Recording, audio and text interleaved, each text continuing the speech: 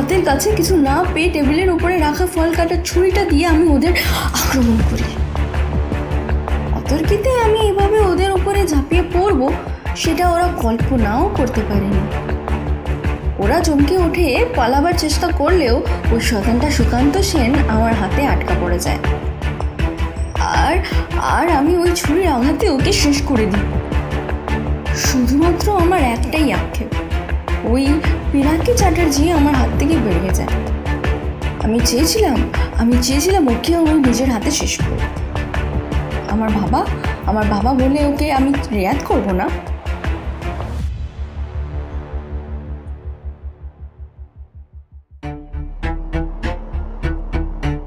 চেন্নাইয়ের একটা কনফারেন্সে যাওয়ার উদ্দেশ্যে একদিনের জন্য কলকাতায় এসেছিলেন বহরমপুর কলেজের প্রফেসর। আর সেখানেই তার সঙ্গে ঘটে গেল এক মর্মান্তিক দুর্ঘটনা। এখনো পর্যন্ত যা সন্দেহ করা হচ্ছে তাতে করে নিজেরই এক ছাত্রীর হাতে খুন হয়েছেন অধ্যাপক। আজ কি তাজা খবর, কলকাতার এক নামী হোটেলে নিজের ছাত্রীর হাতে খুন হয়েছেন বিখ্যাত অধ্যাপক ডক্টর সুকান্ত সেন। আজ কি তাজা খবর। সেই ছাত্রী নির্মমভাবে একটি ছুরির মাধ্যমে বারংবার আঘাত করে অধ্যাপককে। সূত্রের খবর, অধ্যাপক শেষ মুহূর্তে তার কাছে প্রাণ ভিক্ষা চাইলেও সেই ছাত্রী তার নির্মম হত্যালীলা থেকে এক বিন্দুও সরে আসেনি। অবশেষে রক্তাক্ত অবস্থায় অধ্যাপক মৃত্যুর কোলে ঢলে পড়ে। পুলিশ ঘটনাস্থলে পৌঁছে সেই ছাত্রীকে আটক করলে সে তার নিজের অপরাধ স্বীকার করে নেয়। কিন্তু বর্তমান পরিস্থিতিতে শিক্ষা ব্যবস্থার এই অবনতি, আজকে শহরের শিক্ষিত সমাজ সম্পূর্ণ স্তব্ধ হয়ে পড়েছে। এভাবেই কি তবে বারবার করে চরম নির্মম আঘাতের সম্মুখীন হতে হবে শিক্ষিত সমাজকে? এর উত্তর আজকেই দেবে। প্রশ্নটা রাখা রইল জনগণের কাছে। ঘটনার 3 দিন পর সুকান্ত সেন হত্যা রহস্যের শুনানি শুরু হয় আদালতে। জাস্টিস গাঙ্গুলির এজলাসে পুলিশ তাদের রিপোর্ট জমা করেছে, যাতে খুব পরিষ্কার করে উল্লেখ করা হয়েছে যে প্রফেসর সুকান্ত সেনের ছাত্রী সৌমি চ্যাটার্জি তার নিজের জবানবন্দিতে স্বীকার করেছে যে সেই অধ্যাপককে খুন করেছে। অতএব খুনিকে খুঁজে বের করার ব্যাপারে পুলিশকে আর বেশি কিছু খোঁজ তল্লাশি করতে হয়নি। তবু সরকারি নিয়ম মেনেই সরকার পক্ষের আইনজীবী নামকরা ব্যারিস্টার শ্রীযুক্ত অমিতেশ মুখার্জি এসেছেন কেসটায় অ্যাপিয়ার করতে। উল্টো দিকে সৌমিকে ডিফেন্ড করার জন্য প্রায় কেউ নেই, শুধুমাত্র তার হতদরিদ্র মা শ্রীমতী মঞ্জু দেবী। এজলাসের একেবারে কোনায় একটা চেয়ারে বসে রয়েছে। তার সম্বল বলতে শুধুমাত্র একটা বিশ্বাস, তার মেয়ে এই খুন করতে পারে না।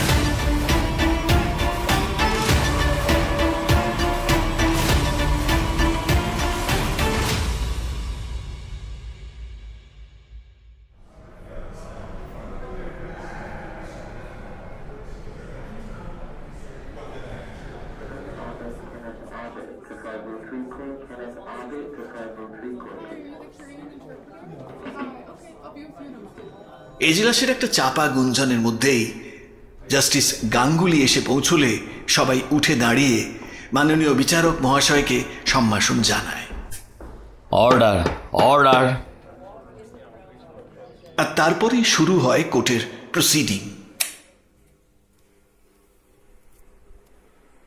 আচ্ছা মঞ্জু দেবী, মাননীয় জাস্টিস গাঙ্গুলি আপনাকে আপনার কথা বলার সুযোগ দিয়েছেন। এবার আপনি দয়া করে আপনার কথার সপক্ষে যুক্তি পেশ করুন। ধর্মাবতার, আমি আর কি যুক্তি পেশ করব? আমি শুধু আপনার কাছে অনুরোধ করতে চাই যে আপনি আমার মেয়ের ওপরে ওঠা অভিযোগটা একটু মানবিকতার দৃষ্টিতে দেখুন। আমি সৌমির মা হয়ে বলছি, ও নির্দোষ। আসলে কি ব্যাপার জানেন তো মঞ্জু দেবী, এই আদালতে কোনো অপরাধী প্রথমে স্বীকার করে না যে সেই অপরাধটা করেছে। প্রথমে সে সবসময় নিজের অপরাধ অস্বীকার করে, তারপর আমাদের সওয়াল জবাবের মধ্যে দিয়ে সত্যিটা বের হয়ে আসে। তবে তাতে মাননীয় আদালতের কিছুটা সময় নষ্ট হয়। প্রকৃত অপরাধীকে শনাক্ত করে শাস্তির বিধান দিতে। তাই আপনার কাছে অনুরোধ, আপনি আর এই সামান্য কেসটা নিয়ে আমাদের সময়, সাথে সাথে মাননীয় ধর্মাবতারের মূল্যবান সময় নষ্ট করবেন না। আপনি স্বীকার করে নিন আপনার মেয়ে সৌমি অপরাধী। আর সব থেকে বড় কথা হলো আপনার মেয়ে নিজেই তো মেনে নিয়েছে এই খুনটা সে নিজে করেছে বলে। থানায় জিজ্ঞাসাবাদের সময় সে নিজে মুখে স্বীকার করেছে সেই খুনটা করেছে, আর খুনের কারণও সে বলেছে। পুলিশ তার সেই নিজে হাতে সই করা জবানবন্দির কপি আদালতে পেশও করেছে। তাহলে আপনি কেন তারপরেও এটা মেনে নিতে পারছেন না সেটাই তো বুঝতে পারছি না। পারছি না, তার কারণ আমি সৌমির মা। আমি ওকে ছোট থেকে মানুষ করেছি পরম স্নেহ আর ভালোবাসায়। ছোটবেলায় ওর বাবা চলে যাওয়ার পর থেকে আমি ওকে বড় করেছি। তাই আমি জানি আমার শিক্ষায় বড় হয়ে ওঠা কোনো মেয়ে এরকম জঘন্য কাজ করতেই পারে না। তাই গোটা জগৎ যদি চিৎকার করেও আমাকে বলে, আমি তাও মানব না, কিছুতেই মানব না যে আমার মেয়ে খুনি।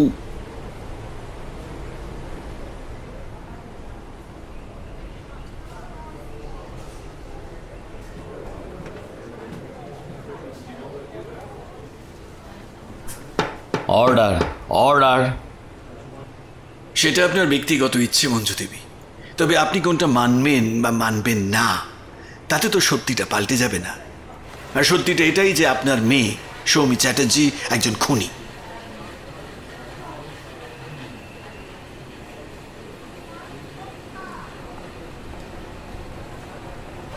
Order, order.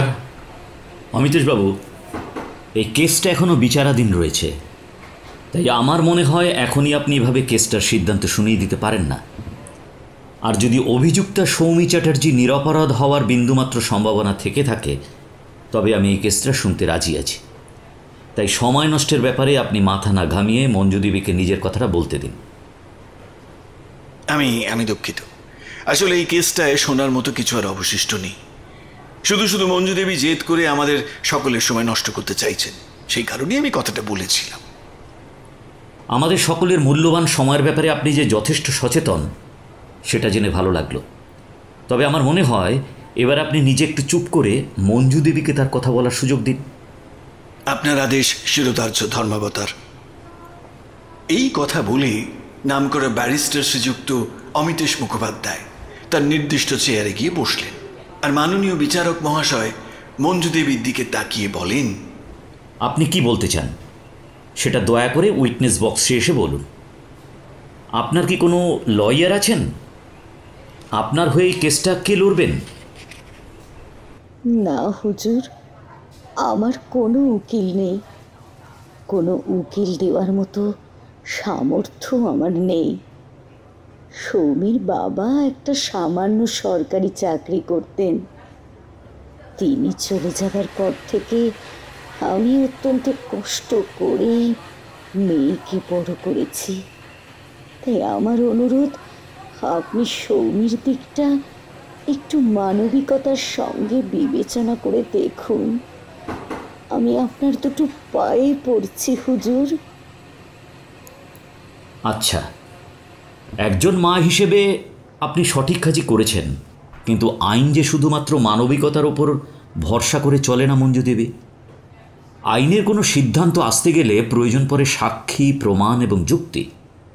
আর আমি যতদূর কেসটা পড়ে দেখেছি তাতে এই খুনটার ব্যাপারে সব কয়েকটি তথ্য প্রমাণই আপনার মেয়ের বিরুদ্ধে, আর পুলিশের কাছে সে নিজে স্বীকারও করেছে। আপনার অনুরোধ আমি বুঝতে পারছি, কিন্তু আপনার মেয়ে যে নিরপরাধ সেটা যে প্রমাণ করতে হবে মঞ্জু দেবী। আর সেটা করতে না পারলে আইন যে তাকেই দোষী বলে মনে করবে সেটা আশা করি আপনি জানেন। মাননীয় বিচারক কথাটা শেষ করার পরেই সম্পূর্ণ ইজলাসে একটা চাপা গুঞ্জন শুরু হয়ে যায়।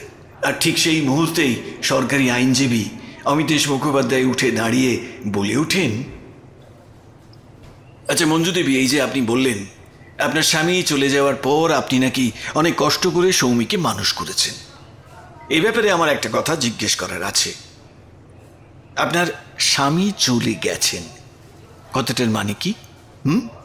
তিনি কি মারা গেছেন, নাকি তিনি আপনাদের ছেড়ে চলে যান অন্য কোনো মহিলার কাছে? অমিতেশবাবু, আপনার এই প্রশ্নটা কি কোনোভাবেই কেসের সঙ্গে সম্পর্কিত?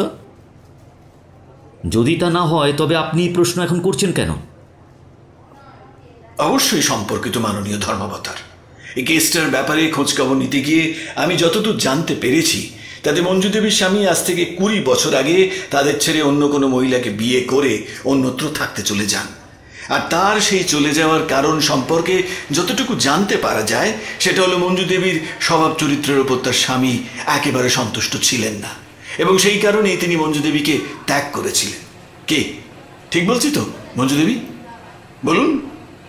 দেখুন উকিলবাবু, এই ঘটনা আজ থেকে প্রায় 20 বছর আগের কথা। তখন সৌমির বয়স মাত্র 3 বছর। আপনি এখন এই সমস্ত কথা তুলে আদালতের সামনে আমাকে অপমানিত করছেন কেন?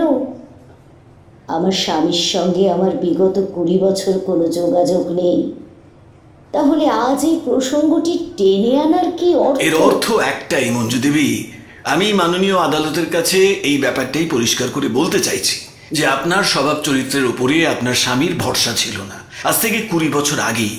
আর সেই আপনি আপনার মনের মতো করে আপনার মেয়েকে তৈরি করেছেন, যেটা আপনি নিজেই বলেছেন। স্বাভাবিকভাবে আপনার মেয়ে সৌমিও আপনার মতো মানসিকতা এবং চারিত্রিক গুণাবলী নিয়েই বড় হয়েছে, আর স্বাভাবিকভাবেই সেটা এই কেসের জন্য অত্যন্ত প্রাসঙ্গিক বলেই আমি মনে করি। আর সেই কারণেই আমি ব্যাপারটা আদালতের সামনে উপস্থাপনা করলাম। আশা করি মাই লর্ড ব্যাপারটা নোট করবেন। ধর্মাবতার, এখানে আমার ব্যক্তিগত জীবনের কথা কেন আলোচিত হচ্ছে?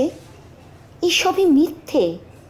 এসবের সাথে আজকের এই ঘটনার কোনো সম্পর্ক নেই।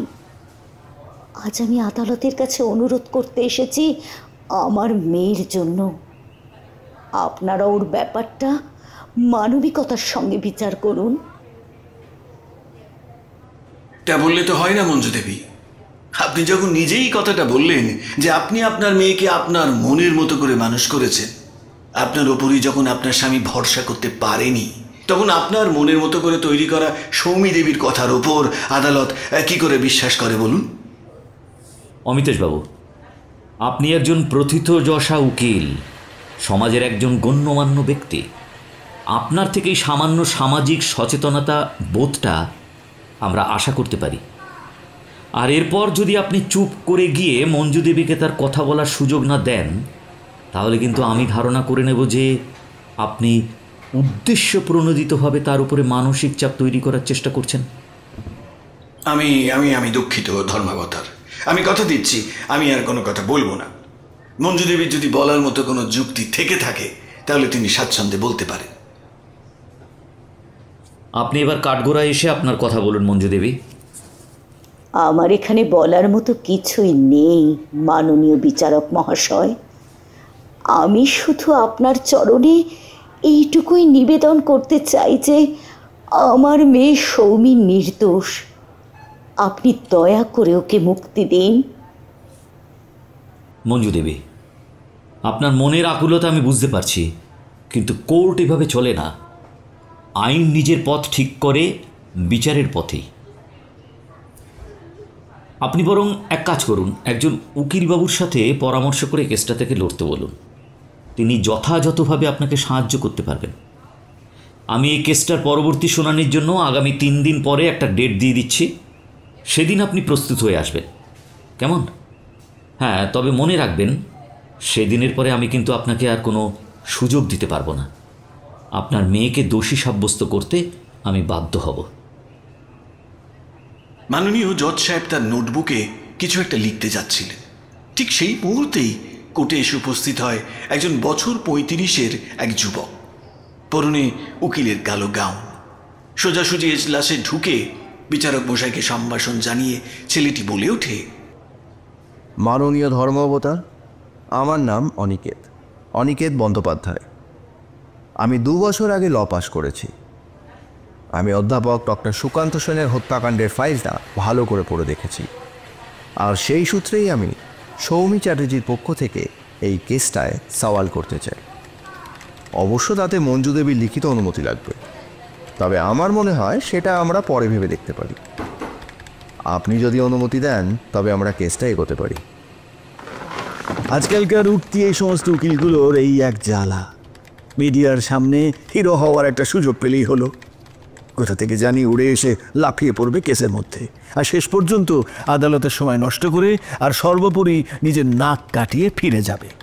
তার থেকে আমি আমার লার্নেড ফ্রেন্ডকে অনুরোধ করব, ল পাশ করে সদ্য এত ঝামেলার কেসে মাথা না ঘামিয়ে কোনো একজন সিনিয়র লয়ারের কাছে কয়েক বছর কাজ শিখতে। মিডিয়া গরম করার সুযোগ তারপরেও অনেক পাওয়া যাবে। দেখুন স্যার, আমি যখন থেকে ল পড়তে এসেছি তখন থেকেই আপনাকে আমার গুরু বলে মনে করি। আপনি আমার প্রণম্য এবং অগ্রজ, বলতে পারেন আপনাকে আদর্শ করেই আমি এই প্রফেশনে এসেছি। তাই আমি এই কাজটার ব্যাপারে আরও বেশি আগ্রহী এই কারণে যে খুব কাছ থেকে আপনাকে দেখার সুযোগ পাবো, আর অবশ্যই অনেক কিছু শিখতেও পারবো।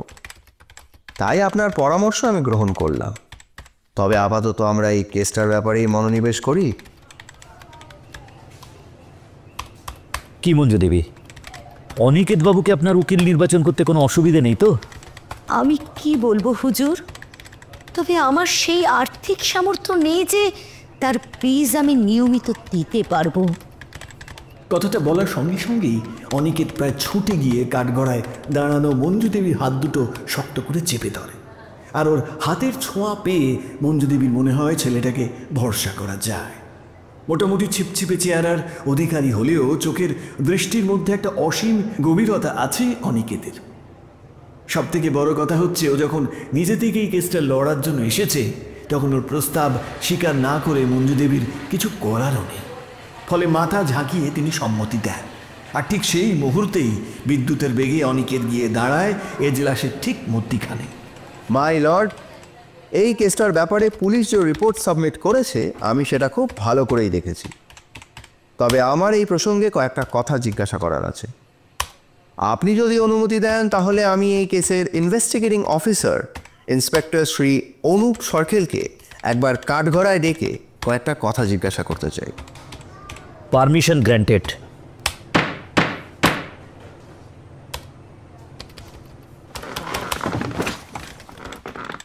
সামনের চেয়ার থেকে অনুপবাবু উঠে আসলে মঞ্জু দেবী কাঠগড়া থেকে নিচে নেমে আসেন। তারপর ধীর পায়ে হেঁটে গিয়ে সামনের একটা চেয়ারে বসে পড়ে, আর চোখের সামনে অবাক দৃষ্টিতে দেখতে থাকেন তার স্বাদের মেয়েকে নিরপরাধ প্রমাণ করার জন্য তাকে কতটা লড়াই করতে হচ্ছে, যেখানে তার সঙ্গী এমন একজন যাকে তিনি কয়েক মুহূর্ত আগে দেখেছেন মাত্র। আর তার পাশ দিয়ে ইন্সপেক্টর সরকেল কাঠগড়ায় এসে দাঁড়ান। শপথ বাক্য পাঠ করার পর অনেকে তার দিকে এগিয়ে আসে। আচ্ছা সরকেলবাবু, আপনি তো অধ্যাপক সুকান্ত সেনের হত্যা রহস্যের ইনভেস্টিগেটিং অফিসার, তাই না? হ্যাঁ, আমি ইন্সপেক্টর অনুপ সরকেল, আমি এই কেসটা দেখছি। আচ্ছা, ধন্যবাদ। আচ্ছা সরকেলবাবু, একটা কথা আমাকে বলুন, আপনার কাছে থানাতে যখন প্রথম ফোনটা আসে তখন নিশ্চিতভাবেই আপনি খুনের জায়গায় গিয়েছিলেন। সেখানে গিয়ে কি দেখলেন? হ্যাঁ, আমি সেখানে গিয়েছিলাম। আসলে চিত্রাঙ্গদা রিসর্ট থেকে আমাকে ফোনটা করেছিলেন ওখানকার ম্যানেজার। তিনি আমাকে বলেন তাদের একটা রুম থেকে কারো ভয়ানক চিৎকারের শব্দ পাওয়া গেছে, আমি যেন যত তাড়াতাড়ি সম্ভব সেখানে পৌঁছাই। তারপর ম্যানেজার বাবুর ফোনটা পেয়েই আপনি সেখানে গেলেন, কি তাই তো? অবশ্যই, এই এলাকায় কোনো ঘটনা ঘটলে তার আইন শৃঙ্খলা রক্ষার দায়িত্ব যখন আমার, তখন আমাকে তো যেতেই হবে। সে তো বটেই। তা সেখানে পৌঁছে কি দেখলেন? আমি যখন সেখানে পৌঁছই ততক্ষণে যাওয়ার হয়ে গেছে। ম্যানেজার বাবুর সঙ্গে আমি সেই নির্দিষ্ট ঘরটায় গেলে দেখি অধ্যাপক সুকান্ত সেন বিছানার উপর চিৎপাত হয়ে পড়ে আছেন, আর ওই ঘরের একটা কোনায় সৌমি চ্যাটার্জি জবুথুবু হয়ে বসে আছে। ওর হাতে একটা ধরা বড় ফল কাটার ছুরি, তাতে তখনও রক্ত লেগে রয়েছে। সেটাই কি মার্ডার ওয়েপন? কেন, তাতে কি আপনার কোনো সন্দেহ আছে নাকি? না, ঠিক সন্দেহ নয়, শুধুমাত্র নিশ্চিত হওয়ার জন্য জিজ্ঞাসা করছি। হ্যাঁ, সেটাই মার্ডার ওয়েপন। ওটা দিয়েই সৌমি কুপিয়ে খুন করেছিল ডক্টর সুকান্ত সেনকে। ওই ছুরিতে সৌমির হাতের ছাপও আমরা পেয়েছি। সেই সমস্ত তথ্য প্রমাণ আমরা ফরেন্সিক টেস্টের জন্য পাঠাই এবং সেখান থেকে ব্যাপারটা প্রমাণিত হয়। হ্যাঁ, ফরেন্সিক টেস্টের রিপোর্ট আমি দেখেছি। সেখানে ওই ছুরির হাতলে হাতের ছাপটা যে সৌমির, আর ওই ছুরির ফলায় লেগে থাকা রক্তের নমুনা যে অধ্যাপক সুকান্ত সেনের, সেটা প্রমাণিত হচ্ছিল বটে। যাক অনিকেত বাবু, সেটা যে প্রমাণিত সেটা মানছেন। তাহলে সৌমি যে সুকান্ত বাবুকে খুন করেছে সেটা মেনে নিতে আপনার অসুবিধে কোথায়? না, অসুবিধে কোথাওই নেই, তবে ব্যাপারটা একটু গুছিয়ে নিতে পারলে কোনো একটা সিদ্ধান্তে আসতে একটু সুবিধে হতো। সেই জন্যই আমি সরকেলবাবুর কাছ থেকে কথাগুলো জিজ্ঞাসা করছিলাম। আচ্ছা সরকেলবাবু, আপনি নিশ্চয়ই ওই পরিস্থিতিতে সৌমিকে গ্রেফতার করেন? হ্যাঁ, আমি ওকে ওখান থেকে গ্রেপ্তার করি। তারপর থানায় নিয়ে এসে জিজ্ঞাসাবাদ করতেই সৌমি দেবী নিজের মুখেই পুরোটা স্বীকার করেন। আচ্ছা, সৌমি দেবী ঠিক কী স্বীকার করে? অধ্যাপক সুকান্ত সেনকে ওই খুন করেছে, এই কথা সৌমি দেবী নিজের মুখে স্বীকার করেছে? অবশ্যই ও তা স্বীকার করে, আরও জবানবন্দি লেখা কাগজে নিজের হাতে সইও করে, আর জবানবন্দির আসল কপি আদালতের কাছে পেশও করা হয়েছে। মাননীয় ধর্মাবতার, আপনি ওর সেই জবানবন্দি নিজে পড়ে দেখলেই বুঝতে পারবেন তাতে সৌমি চ্যাটার্জি নিজেই স্বীকার করেছে যে অধ্যাপক সুকান্ত সেনকে ও নিজের হাতে খুন করেছে। আমার জানা নেই এরপর কোনো প্রমাণ অবশিষ্ট থাকে কিনা যাতে সৌমি দেবী খুনি প্রমাণিত করতে কোনো অসুবিধা হতে পারে। সে তো ঠিকই। আচ্ছা সরকেলবাবু, একটা কথা আমাকে বলুন তো, এই যে অধ্যাপক সুকান্ত সেন খুন হলেন, এর কারণ কিছু আপনারা অনুসন্ধান করেছেন?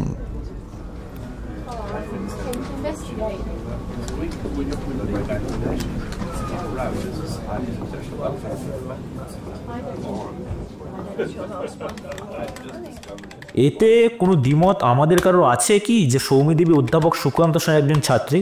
আর পরীক্ষায় নাম্বার থেকে শুরু করে অন্যান্য আরও অনেক রকম সুবিধার জন্য আজকাল অনেক ছাত্রছাত্রীরা এই সমস্ত অধ্যাপকদের অনেক কাছাকাছি আসার এবং ঘনিষ্ঠ হওয়ার চেষ্টা করে।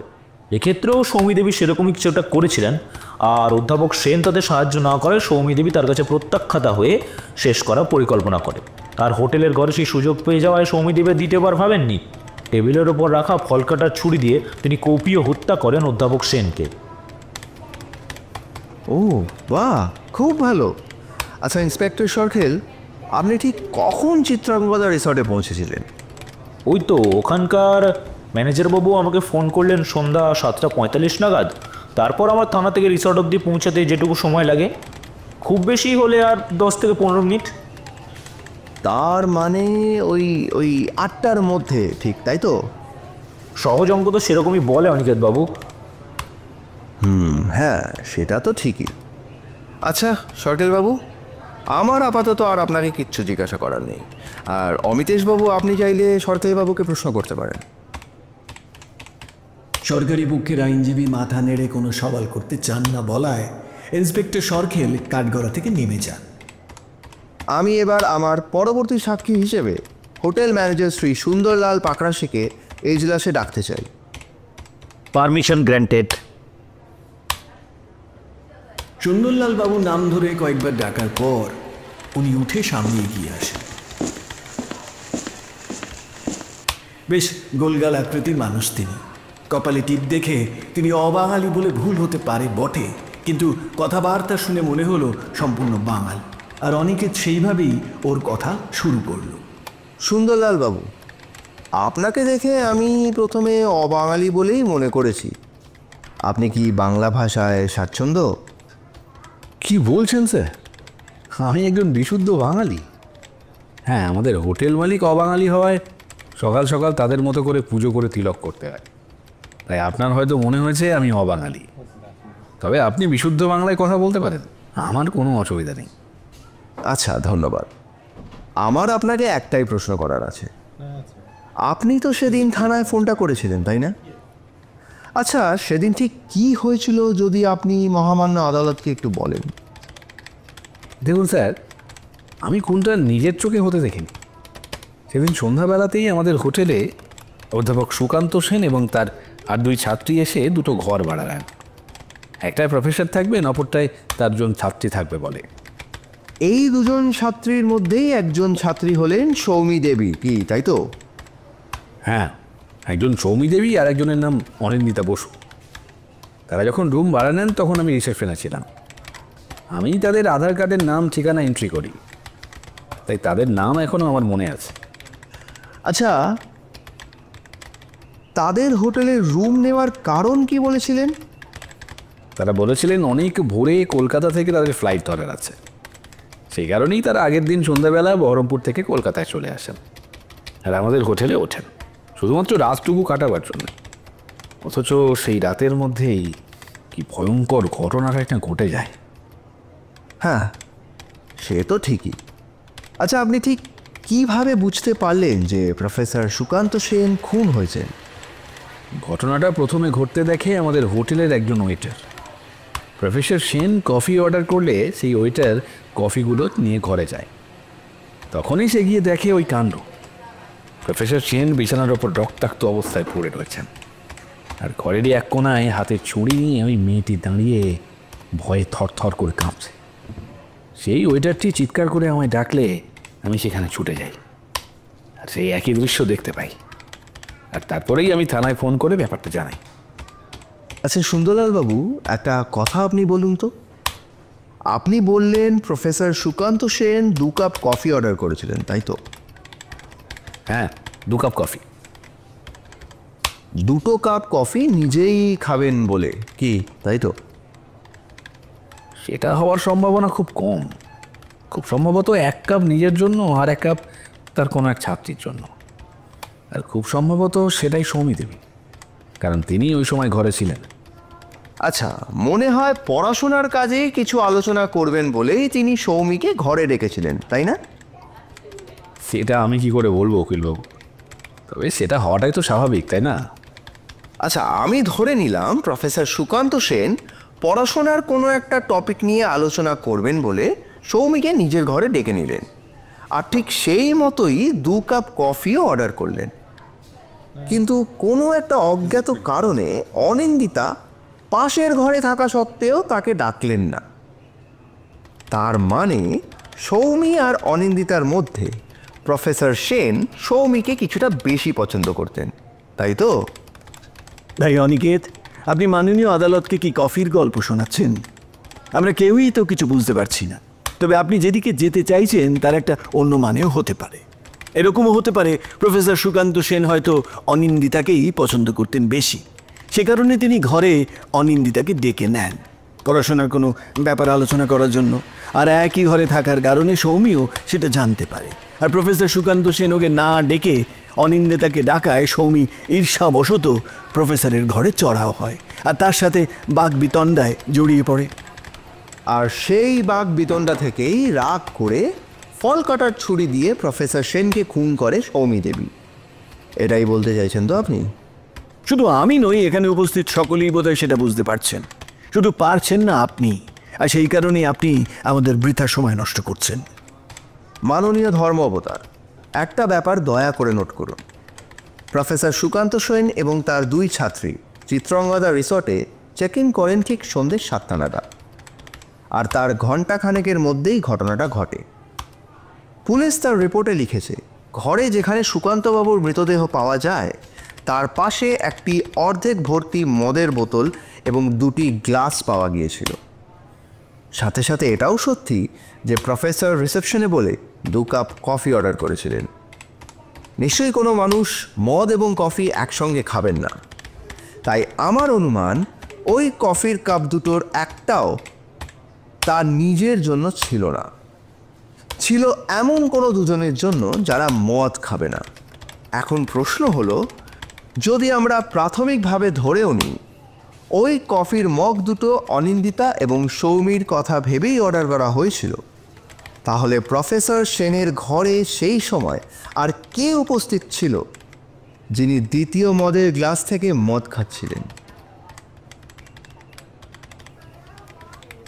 দারুণ অনিকেত বাবু, দারুণ দারুণ। সাধারণ সত্যকে কিভাবে একটা অতিরঞ্জিত মিথ্যেতে পরিণত করা যায় সেটা আপনি আজ দেখিয়ে দিলেন। যেখানে মার্ডার ওয়েপন রয়েছে তাতে সৌমির হাতের ছাপ স্পষ্ট, আর ওই ঘরে ওই সময় সৌমিকে সেই ছুরি হাতে গ্রেপ্তার করা হয়েছে। তা সত্ত্বেও আপনি অন্য গল্প তৈরি করে মাননীয় আদালতকে ভ্রমিত করার চেষ্টা করছেন। হ্যাঁ, লজ্জা হওয়া উচিত আপনার, লজ্জা। হুজুর, কোনটা ভ্রম আর কোনটা অতিরঞ্জিত মিথ্যে সেটা তখনই আমরা জানতে পারবো যখন সত্যটা আমাদের সামনে আসবে।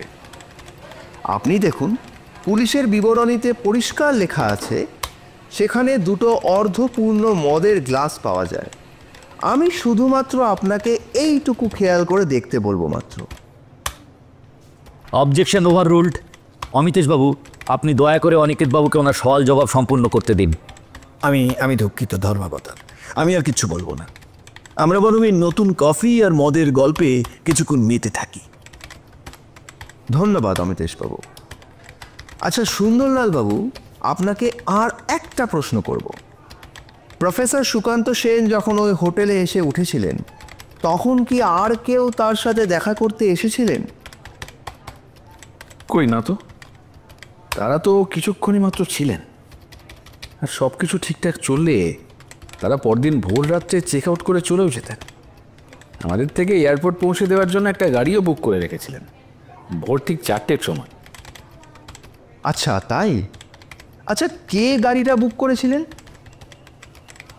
হোটেলের রুমে চেক ইন করার পরপরই প্রফেসর সেনের ঘর থেকে একটা ফোন আসে আমাদের রিসেপশনে। তখনই গাড়ির কথা বলা হয়, আর আমরাও সঙ্গে সঙ্গে একটা গাড়ির ব্যবস্থা করে দিই। আচ্ছা কটা নাগাদ ফোন আসে? ওই সন্ধ্যা 7:20 থেকে 25-এর মধ্যে। কে, প্রফেসর সেন নিজেই ফোন করেছিলেন? না, যিনি ফোন করে গাড়িটা বুক করতে বলেন তিনি একজন মহিলা ছিলেন, খুব সম্ভবত প্রফেসরের কোনো একজন ছাত্রী। তবে তার মিনিট 2-এর মধ্যেই আমরা যখন ফোন করে এই গাড়িটার কথা জানাই তখন প্রফেসর নিজেই ফোনটা তুলেছিলেন। তার মানে ওই সন্ধ্যা 7:20-25 নাগাদ তার ছাত্রীরা মানে অনিন্দিতা আর সৌমি বা ওদের মধ্যে কমপক্ষে একজন প্রফেসরের ঘরে ছিল যে গাড়ি বুকিংয়ের জন্য ফোনটা করেছিল, তাই তো? হ্যাঁ, একদমই তাই। তবে সে সময় ঘরে একজন ছাত্রী ছিল নাকি 2জন ছাত্রী ছিল সেটা আমার ঠিক জানা নেই। আচ্ছা, হ্যাঁ সে তো ঠিকই। অনেক ধন্যবাদ সুন্দরলাল বাবু। অমিতেশবাবু, আপনি যদি চান সুন্দরলাল বাবুকে কিছু সওয়াল করবেন তাহলে করতে পারেন। ধন্যবাদ। তবে আমার মাননীয় আদালতকে ভুল পথে নিয়ে যাওয়ার কোনো ইচ্ছে নেই। তবুও সুন্দরলাল বাবু যখন এখানে উপস্থিত আছেনই তখন আমি তাকে একটা কথা জিজ্ঞেস করতে চাই। বলুন, কি জানতে চান? আপনি সেদিন ওই ঘরে গিয়ে কি দেখেছিলেন সেটা আপনি আদালতকে জানান, তাহলে এই কেসটার ব্যাপারে আর কোনো সন্দেহই কারোর মনে থাকবে না। আমি তো একটু আগে এই কথাটা বললাম স্যার। সে ওইটার যখন চিৎকার করে আমায় ডাকে আমি প্রায় ছুটে সেই ঘরে যাই, আর গিয়ে দেখি প্রফেসর রক্তাক্ত অবস্থায় বিছানায় পড়ে রয়েছে, আর তার পাশে সৌমি দেবী দাঁড়িয়ে, তার হাতে সেই রক্তমাখা ছড়িটা ধরা, আর তিনি তখন থরথর করে কাঁপছিলেন। কারেক্ট, ঠিক এই রকম বর্ণনাই পুলিশের রিপোর্টে দেওয়া আছে, আর সেটা আদালতে পেশ করাও হয়েছে। এবার অনিকেতবাবু, আপনি দয়া করে বলবেন কি এখনও সৌমিকে খুনি বলে মেনে নিতে আপনার কোনো অসুবিধে আছে কি না? অমিতেশবাবু, আপনার অভিজ্ঞতা এবং জ্ঞানের কাছে আমি একজন নিতান্তই শিক্ষার্থী মাত্র। তাই আপনি যেটা মন থেকে মেনে নিতে পেরেছেন সেটা আমাকে যে মানতেই হবে সে কথা আমি জানি। আপনাকে আদর্শ মেনেই তো আমার এই আইনজীবী পথে আসা। তবে কি জানেন তো, এই সুকান্ত সেন হত্যা মামলার ফাইলগুলো পড়তে গিয়ে আমার মনে কয়েকটা সন্দেহের জন্ম নেয়। তবে কি জানেন তো, এই সুকান্ত সেনের হত্যা মামলার ফাইলগুলো পড়তে গিয়ে আমার মনে কয়েকটা সন্দেহের জন্ম নিয়েছিল, আর সেই জন্যেই আমার এখানে আসা। তবে যতবারই এই কেসটার ব্যাপারে শুনেছি ততই আমার মনের মধ্যে কয়েকটা প্রশ্ন আরও জটিলভাবে রহস্যের বাতাবরণ তৈরি করছে। এই যেমন ধরুন না, আশা করি এতক্ষণে এই আদালতে উপস্থিত কারোর এটা বুঝতে অসুবিধে নেই যে ওই সময় প্রফেসর সুকান্ত সেন আর সৌমি দেবী ছাড়া অন্তত একজন ওই ঘরে উপস্থিত ছিলেন। অবশ্য সেটা দুজনও হতে পারে। আর সেই কারণেই এই মানুষটাকে না জানা পর্যন্ত আমি এই কেসটার সিদ্ধান্ত নিতে পারছি না। সে কে ছিল বা ওই সময় প্রফেসরের ঘরে কি করছিল সেটা জানা ভীষণ প্রয়োজন, আর সেটা বলতে পারেন একমাত্র সৌমি দেবীর নিজে। কথাটা বলেই বিদ্যুতের গতিতে অনিকেত মহামান্য বিচারকের দিকে তাকিয়ে বলে ওঠে, ধর্মাবতার, আমি এই মুহূর্তে একবার সৌমি দেবীকে জেরা করতে চাই। যদি আপনি অনুমতি দেন তাহলে খুব সুবিধা হয়। Permission granted. আপনি বোধহয় জানেন না যে সৌমি দেবী পুলিশের কাছে নিজের জবানবন্দি দেওয়ার পরে পরিষ্কার জানিয়েছে যে এরপরে ও এই কেসের ব্যাপারে একটা কথাও বলবে না। আপনি শুধুই ওকে জেরা করার চেষ্টা করতে চাইছেন। আচ্ছা অমিতেশবাবু, এই ব্যাপারটা আপনার খুব অবাক করা মনে হচ্ছে না? একটা মানুষ যদি খুন করেও থাকে তবে তার একটা নির্দিষ্ট কারণ নিশ্চয়ই আছে, আর সেই কারণটা সামনে না আসলে সৌমিকে যে বিনা বিচারে খুনি বলে মেনে নেওয়া হবে এটা তো সৌমিও জানে। তাহলে ওর শাস্তি তো নিশ্চিত, আর সেটুকু বোঝার ক্ষমতা এবং বিচক্ষণতা নিশ্চিতভাবেই সৌমির আছে। তাহলে সৌমি কেন চুপ করে সব কিছু মেনে নিচ্ছে? আপনার কি মনে হচ্ছে না সৌমি কোনো একটা সত্যকে চাপা দেওয়ার জন্য নিজেই এই অপরাধটা স্বীকার করে নিচ্ছে? আবার একটা নতুন গল্প। আপনার তো অবশ্যই উকিল না হয়ে বাংলা মেগা সিরিয়ালের স্ক্রিপ্ট রাইটার হওয়া উচিত ছিল, বেশ নাম করতে পারতেন। নিশ্চয়ই স্যার, আপনার এই পরামর্শটাও আমি মাথায় রাখলাম। যদি এই পেশায় সেভাবে প্রতিষ্ঠিত হতে না পারি তাহলে অবশ্যই ওই দিকেই চেষ্টা করব। তবে আপাতত সৌমি দেবীকে আমি একবার এজলাসে ডেকে কয়েকটা প্রশ্ন করতে চাই। অনিকেতের ডাক শুনে সৌমি ধীর পায়ে কাঠগড়ায় উঠে এলো। ও শপথ বাক্য পাঠ করল, আর শপথ গ্রহণ করার পরের মুহূর্তেই বলে ওঠে, মাননীয় ধর্মাবতার, আমি তো আগেই বলেছি সুকান্ত স্যারকে আমি খুন করেছি। আমি এবং অনিন্দিতা একসঙ্গে পড়াশোনা করলেও সুকান্ত স্যার অনিন্দিতাকেই বেশি প্রাধান্য দিতেন। আমাদের দুজনকে তিনি কন্যার মতো স্নেহ করলেও অনিন্দিতার প্রতি তার স্নেহ ছিল আমার থেকে বেশি। আমি সেটা সহ্য করতে পারতাম না। তাই সেদিন সুযোগ পেয়ে আমি সুকান্ত স্যারকে খুন করি। আমি আমার সমস্ত অপরাধ স্বীকার করছি। আপনি আমাকে যা শাস্তির বিধান দেবেন আমি মাথা পেতে নেব। দয়া করে আমাকে আর এ ব্যাপারে কোনো প্রশ্ন করবেন না।